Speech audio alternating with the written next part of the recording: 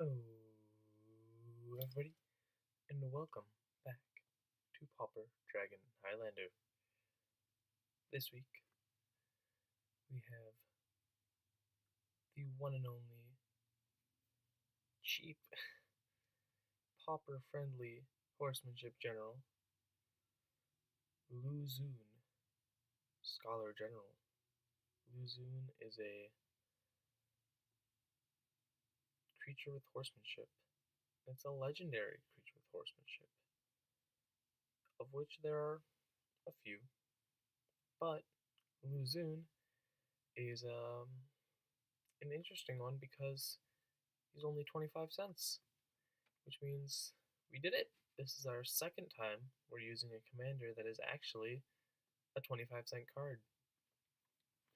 And this is a extreme budget deck, as you'll see. But let's just read what Luzun is. For 2 blue, you get a 1/3 legendary creature human soldier with horsemanship, and whenever Luzun, Scholar General, deals damage to an opponent, you may draw a card. Now you may be wondering, what's horsemanship? Well, it's actually quite simple. Creatures with horsemanship can only be blocked by other creatures with horsemanship. But since horsemanship is such a rare ability, horsemanship effectively says unblockable, which means you have a legendary creature that is effectively unblockable, and you draw a card every time you deal damage to your opponent. Now, it doesn't say combat damage. That is important. It just says whenever he deals damage. So if in your deck you may want to include something that allows him to tap to deal damage if they happen to have a powerful horsemanship commander themselves. Or maybe I don't know. I didn't include other ways out. It's a combat-based deck for this. It is very, very heavily voltron. You will see it's just kind of a super budget voltron build to just deal a bunch of damage and draw cards and do stuff, you know? Let's just get right into the deck. So, we have a couple different categories here. As you can see, this huge one here, PWR, is power. So you have 34 different equipments to give him more power, to make him deal more damage. Because if you can deal 7 damage in a strike, that's a 3-hit KO. If you can deal 6 damage, that's a 4-hit KO. So the more damage that you can be dealing with Luzun, the quicker you can be executing your opponents at the throats with commander damage. Then we have incentive, which is just, these are cool things you do from either attacking or dealing damage, or just any kind of thing that makes you want to attack more besides just dealing damage. Then we have protection. We have a little bit here just to keep them alive a bit longer. Then we have blockers and some other stuff. The haste, other stuff. Yeah. So let's just get right into it. Let's start with the power category. We have Argentum Armor. Actually, no. We will not start with the power category. We'll start with the incentive category, because a lot of the incentives are also powers, and I'd rather talk about them as incentives first. Yeah. Argentum Armor. 6 mana for an equipment, equip 6. Equipped creature gets +6/+6, and whenever equipped creature attacks, destroy target permanent. So the incentive here is obvious. You attack, you destroy things. And +6 power. So just with Argentum Armor, you're destroying a permanent every time you attack, and you're dealing 7 damage, which means in 3 hits with only Argentum Armor, you will kill someone, which is good. It won't happen very often, but it's good.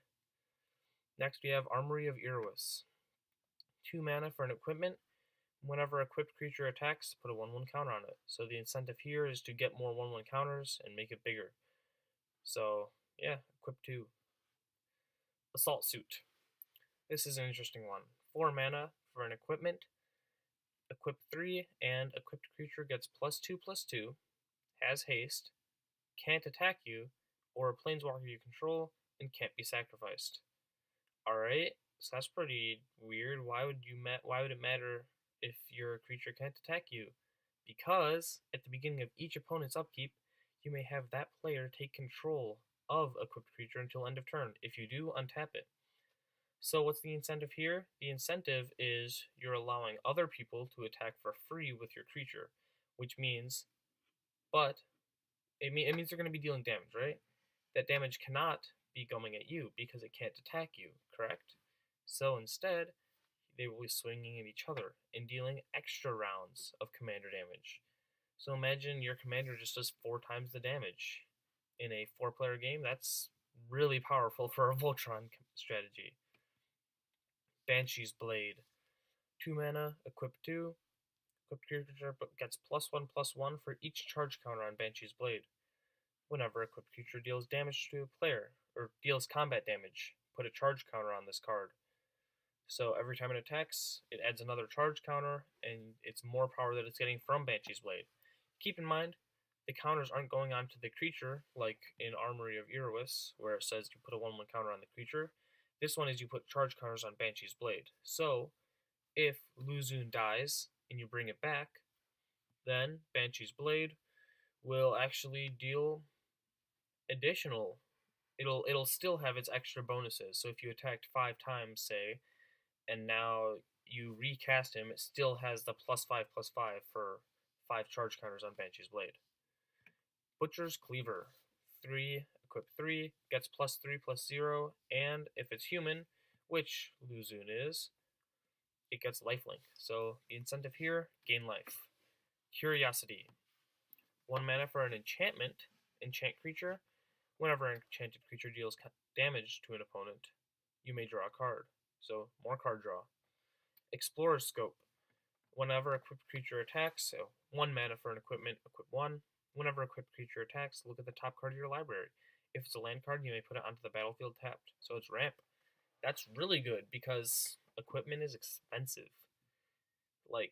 In converted mana cost, because every time you recast your general, you have to re-equip everything. So that costs a lot of mana. So you have to be repaying those equip costs so much that if you really want to be careful and that you can get out lands, that way you can afford to equip things onto it. Because if you're not getting the equipment on them, you're not doing near as much, you know? I mean, you're still getting your card draw, but you're not doing near as much, you know? Just gotta keep in mind that ramp. Hammer of Ruin. 2 mana for an equip 2. Equipped creature gets +2/+0. Whenever a equipped creature deals combat damage to a player, you may destroy target equipment that player controls. So the incentive here is destroy other players' equipments, which may not exist or may exist. This is really good against any deck you running Sword of Fire and Ice, Sword of Feast and Famine, Sword of Light and Ruin or something. I don't know.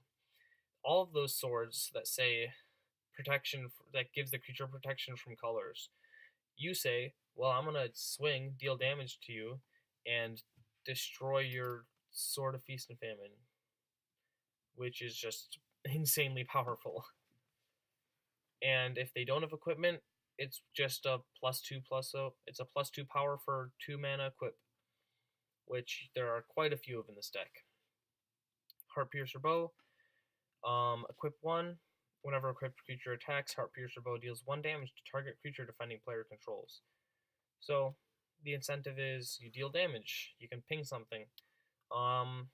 They may not have something you need to ping, but, you know, it's always good in case they have something out that's maybe they don't want to block with, or they don't want to let it die, so you'd say, well, I'll Heartpiercer Bow and just shoot it down.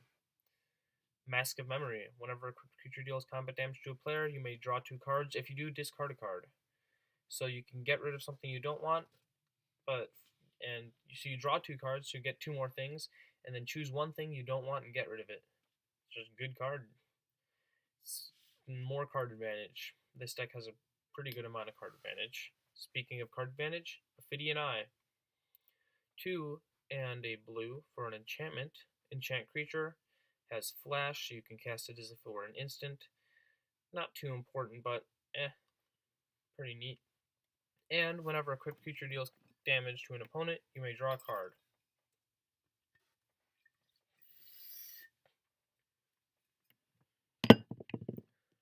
Prying Blade.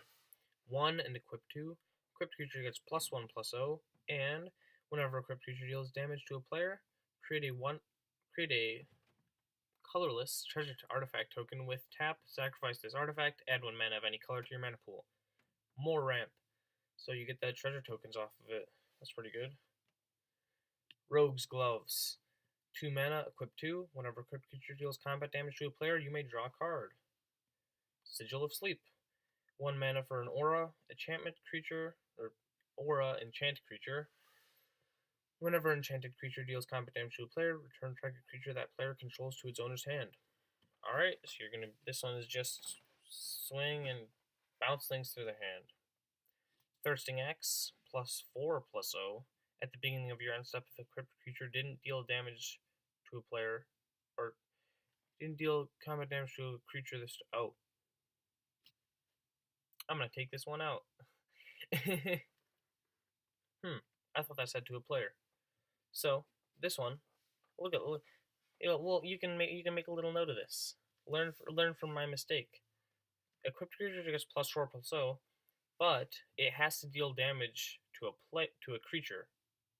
Otherwise, you have to sacrifice it at the end of turn.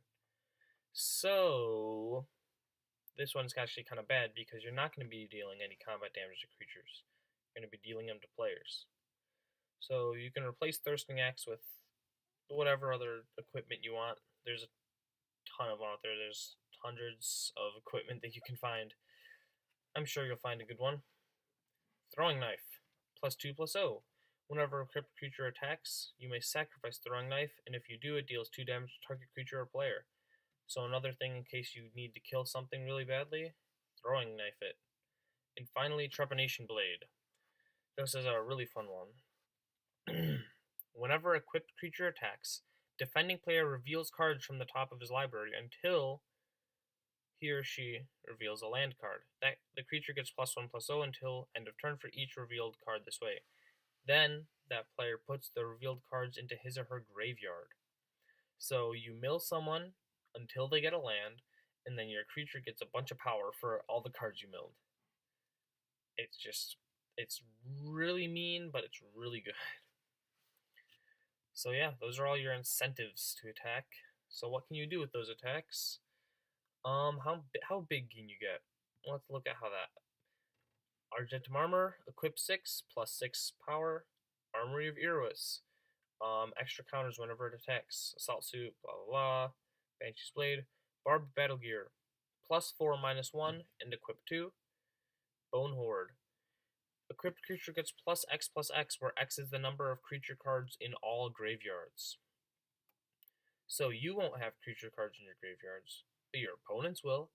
And if you're equipping for 2, and you know that there's at least going to be 3 creature cards in a graveyard in your general commander game, you will have 3 creature cards in collective graveyards. So you're getting a pretty good amount for just a 2 equip.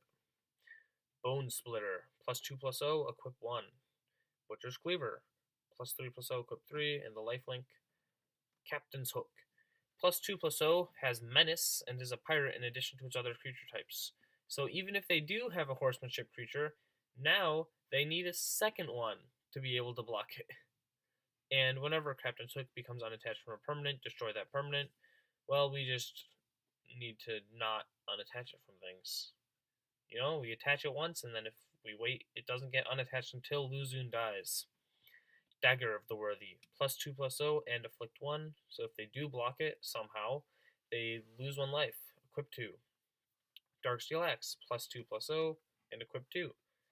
Fire Shrieker, double strike, equip 2. So any other bonuses you get, doubled. That's good. Great Sword, +3/+0, equip 3. Hammer of Ruin, we already talked about that. Heirloom Blade, +3/+1 and equip 1. And when a equipped creature dies, you may reveal cards from the top of your library until you reveal a creature card that shares a creature type with it. Put that card into your hand and the rest on the bottom of your library in a random order. There is, I believe, no creature cards in the entire deck that share. Yeah, there's nothing in the deck that shares a creature type. with Luzun. So make sure if you are using your heirloom blade, the creature dies, don't choose to reveal cards from the top of your library, because you will reveal your entire library and then just put it all on the bottom. So, you know, I mean, you could. It's just gonna be a waste of your time, though. But if that's the plan, if you just want to filibuster your way out through a game, you heirloom blade, let Luzun die, and just reveal cards slowly off the top of your library until they eventually realize none of them share a creature type with Luzun. Oh, let's move on. Hero's Blade, +3/+2, and equip 4, but whenever a legendary creature enters the battlefield under your control, you may attach Hero's Blade to it. So it's an equip for free onto Luzun. Inquisitor's Flail. If a creature would deal combat damage, it deals double that damage instead. If another creature would deal combat damage, two equipped creature deals double that damage instead. But we won't be blocked, so we're just going to be dealing double damage. And stacks with Double Strike. Equip 2. Marauder's Axe, +2/+0, equip 2. Necropouncer, +3/+1, haste, and equip 2. Obsidian Battle Axe, +2/+1, haste, equip 3. Ogre's Cleaver, +5/+0, and equip 5. Ring of Evocile, pay 2 mana, equipped creature gains hexproof until end of turn. And equip 1, and then at the beginning of your upkeep, put a 1/1 counter on equipped creature if it's blue. So it'll get 1 bigger each turn. Sigh of the Shinobi, +1/+1, equip 2, and whenever a creature enters the battlefield under your control, you may attach Sigh of the Shinobi to it. Shuko, +1/+0, equip 0. Silver Inlaid Dagger, +2/+0, and as long as it's equipped to a human, the creature gets an additional +1/+0. So equipped to Luzun, it's +3/+0 for equip 2. Slayer's Plate, +4/+2, equip 3. And whenever a equipped creature dies, if it was a human, put a 1/1 white spirit creature token with flying onto the battlefield. So you equip it, and when it dies, you get a spirit. Strider Harness, +1/+1, and haste, and equip 1. Thirsting Axe, right. Throwing Knife, Torch Gauntlet, +2/+0, and equip 2. Trusty Machete, +2/+1, and equip 2. Volshock Battle Gear, +3/+3, equip 3, and Volshock Morning Star, +2/+2, and equip 2. So yeah, that kind of leads us into, there's a couple of them that you may have noticed: Assault Suit, Necropouncer, Obsidian Battle Axe, and Strider Harness, and I may have missed one. No, I think that's all of them. They all give haste, so those ones are really good for, oh, there is one that I missed. Unless, yes. They all give haste, which is really good because this guy wants to be moving as soon as he gets onto the field.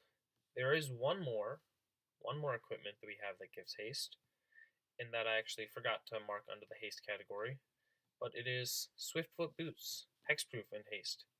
Equip 1, it's a protection thing, along with Ring of Evocile, which also gives hexproof. Nurok's Stealth Suit, which effectively gives Shroud, but it doesn't say Shroud, but it effectively does. And you can attach it to a creature for equip 1, or at instant speed, you can attach it to target creature you control for 2 blue mana. So that's something that's really interesting. If someone tries to remove it or kill it, then you pay your equip cost at instant speed. Because it's not equip 2 blue, it's pay 2 blue to attach it to a target creature you control. So that's pretty neat. Just a way to, if you want to protect your general at instant speed. And then we have Eel Umbra and Drake Umbra, which have totem armor. So if the enchanted creature would be destroyed, remove all damage from it and destroy this aura. So save it from board wipes. Let's see. Blockers. We do have a couple blockers. Creepy Doll, Darksteel Gargoyle, Darksteel Mirror, Darksteel Sentinel, Frogbank, Kefnet the Mindful, and Manor Gargoyle. All of these, except for Fogbank, are indestructible. So they're just there. You put them out, and you block things with them, and just stop people from dealing damage to you while you kill them with commander damage with Luzun. Yeah, it's a pretty simple deck. You equip a bunch of things to Luzun, and you swing with Luzun, and then you try and stop yourself from being killed in the meantime. We do have 2 board wipe-esque things. Aetherize, 3 into blue for an instant. Return all attacking creatures to their owner's hands. And Scourge of Fleets, 5 blue. When Scourge of Fleets enters the battlefield, return each creature your opponents control with toughness X or less to its owner's hand, where X is the number of islands you control.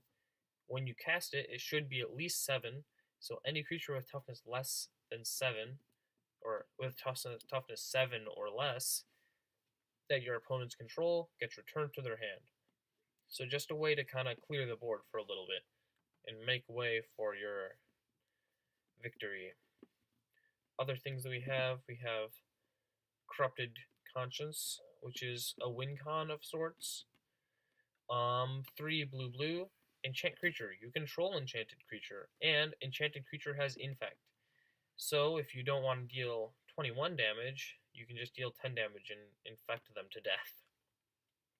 Brass Squire, 3 mana for a mirror, 1/3, and has tap, attack, attach target equipment. Attach target equipment you control to target creature you control. So a free attaching. And Ethereum Sculptor. This is for casting the equipments.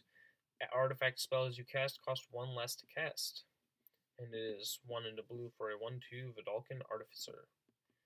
And finally, Girapur Orrery. I figured if you're drawing so many cards and you want to equip so much, you might as well be able to play an additional land each turn.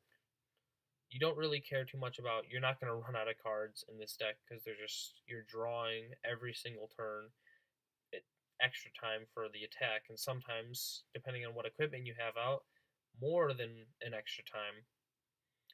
But yeah, you can play additional lands to just kind of ramp yourself up to a spot where you can equip everything for, and if he dies, if Luzun dies, then you're ready for it. You can pay that commander tax.